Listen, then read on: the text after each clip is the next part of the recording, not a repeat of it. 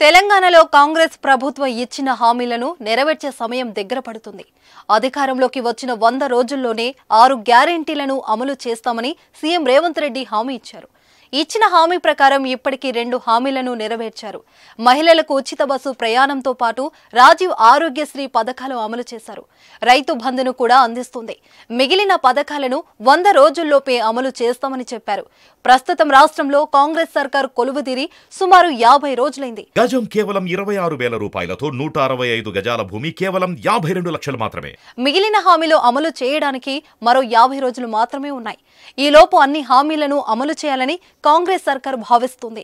ఇప్పటికే ప్రజాపాలన కార్యక్రమం దరఖాస్తులను స్వీకరించింది. వాటి ప్రకారం హామీలను అమలు చేసేందుకు వడివడిగా అడుగులు వేస్తుంది.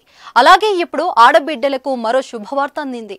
ఎన్నికల సందర్భంగా ఇచ్చిన కళ్యాణ లక్ష్మి షాదీ ముబారక్ పథకంలో భాగంగా ₹1,00,000 నగదుతో పాటు తులం బంగారాన్ని అందిస్తామని హామీ ఇచ్చింది. ఇప్పుడు ఆ హామీని అమలు చేసేందుకు కసరత్తులు ప్రారంభించింది. కళ్యాణ లక్ష్మి షాదీ ముబారక్ పథకాలపై సీఎం రేవంత్ రెడ్డి సంబంధిత మంత్రులు అధికారులతో సమీక్ష నిర్వహించారు. పథకం అమలు తీసుకోవాల్సిన చర్యలను వెంటనే ప్రారంభించాలని చెప్పారు. కళ్యాణ మస్తు పథకం ద్వారా నగదుతో పాటు బంగారం అందించేందుకు ఎంత బడ్జెట్ అవుతుందో అంచనా వేయాలని అధికారులను ఆదేశించారు. అనంతరం ఈ పథకాన్ని అమలు చేయనున్నారు.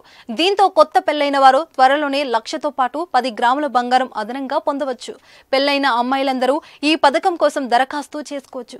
కళ్యాణ లక్ష్మి పథకం ఎస్సీ, ఎస్టీ, బీసీ, ఈబీసీలను వర్గాలను చెందిన ఆడపిల్లలకు వర్తిస్తుంది. మైనారిటీకి చెందిన అమ్మాయిలు అయితే షాదీ ముబారక్ పేరుతో ఈ పథకాన్ని అమలు చేస్తారు.